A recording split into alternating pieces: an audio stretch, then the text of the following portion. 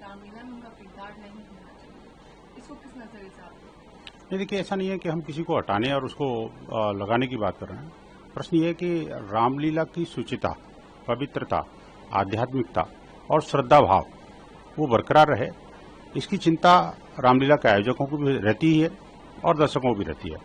और किसी भी तरह का कोई अशोभनीय बात रामलीला के दर्शकों को न दिखे या एक अशोभनीय काम करने वाले किसी कलाकार को वहां पर कला का अभिनय करते हुए कोई व्यक्ति देखता है तो निश्चित रूप से उसकी भावनाओं को थोड़ा सा ठेस पहुंचती है, उसका मन मस्तिष्क कहीं और रहता है।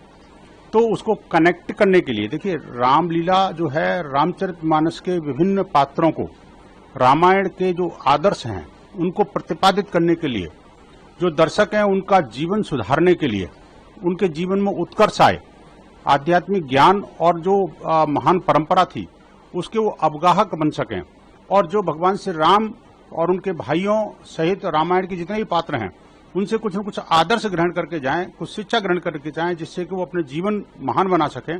इसके लिए रामलीला होती है।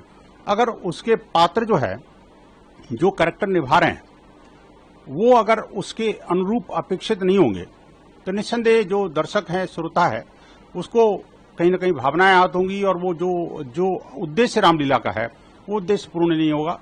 तो इसलिए हमने कहा है कि देखिए, रामलीला के जो आयोजक हैं उन सब चीजों का ध्यान रखें।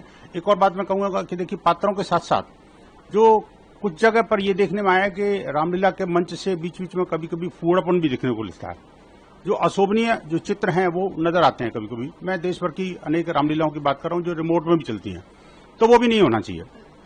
प्योरली ये आध्यात्मिक और धार्मिक कार्यक्रम है जिसको धार्मिक चश्मे से ही देखा जाना चाहिए, उसी मनस्थिति के साथ में उसको प्ले करना चाहिए। अभी इसके रामलीला के अलावा दुर्गा पूजा आ रही है। दुर्गा पूजा के दिन भी जो है, अभी ये नवरात्रों के दौरान गरबा के कार्यक्रम होंगे। वो गरबा के कार्यक्रम में कई लोग जो कुचेष्टा करके और कुछ इस्लामिक जिहादी तत्व वहां घुसपैठ करने की कोशिश करते हैं। मैं कहता हूं, धार्मिक आयोजनों में अधर्मी लोगों का, विधर्मी लोगों का क्यों एंट्री होनी चाहिए? भाई, आदर्श लेने हैं तो आप उनके श्रद्धा और विश्वास के साथ आइए ना जी। माँ दुर्गा के सामने नतमस्तक होइए, टीका लगाइए, रोली मोली पहनिए और श्रद्धा और विश्वास के साथ में आप आइए, परिवार के साथ आइए। अकेले आते हैं और माता बहन बेटियों के साथ में जो अभद्र व्यवहार करते हैं या लफ्जियात फैलाते हैं, ये सब चीजें विश्व हिंदू परिषद बर्दाश्त नहीं करेगा।